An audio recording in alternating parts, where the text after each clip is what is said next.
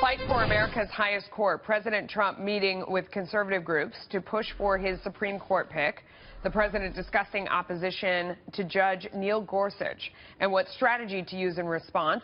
Charmaine Yost was in that meeting yesterday. The American Values Senior Fellow joins me now. How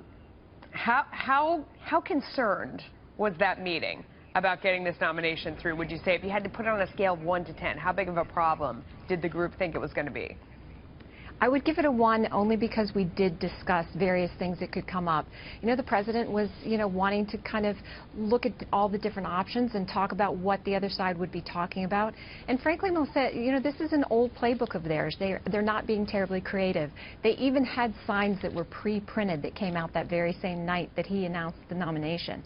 So the meeting was pretty optimistic, very excited, because this is a great nomination. I mean, obviously the other side doesn't think it's a great nomination. They're talking about, I mean, you've heard the rhetoric, all the things that are going to be threatened. Nancy Pelosi saying, if you leave your house or you breathe air or you drink water, this is a horrible choice for you. So obviously they're gearing up for a big, big fight.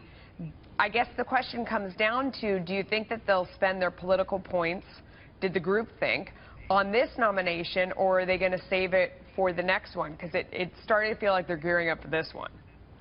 Well, Melissa, even just listening to you re-describe the kinds of things that she was saying, it's all this over-the-top rhetoric. When you're talking about someone who has the kind of credentials that Neil Gorsuch does, he's one of the leading legal minds of his generation. And, you were saying that he's getting opposition, right off the bat, but it's mostly political opposition. Of course it is. I mean, of course it is, but that's what we're talking about. I mean, this is politics, and they're going to play politics, and when the roles were reversed, a lot of Republicans played politics. It's kind of what we expect at this point.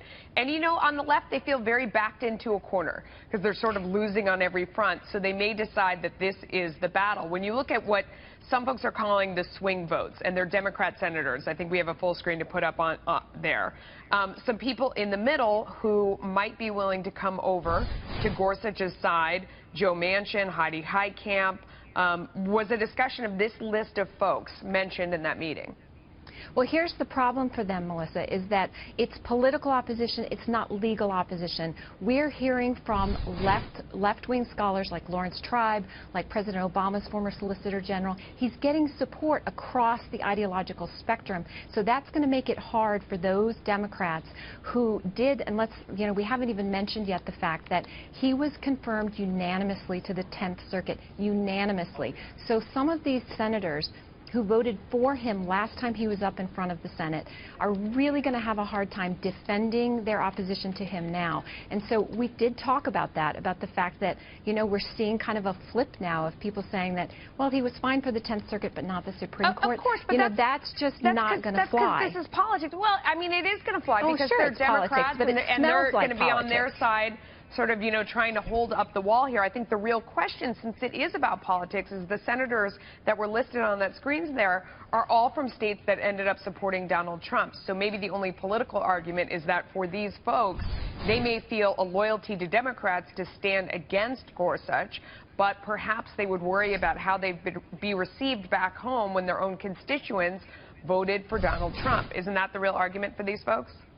Well, it is exactly. When you've got a lot of purple states and you have an election that was as narrowly decided as this one was, it is politically dicey for these senators who will be facing re-election for the midterms coming up. It's going to be a real political challenge, particularly in, we may want to make this differentiation between the ideological opposition and the political opposition, but when it smells like such a political knee-jerk reaction, when it's this canned kind of demonstration, that it's starting to feel very tired, it's starting to feel very inauthentic.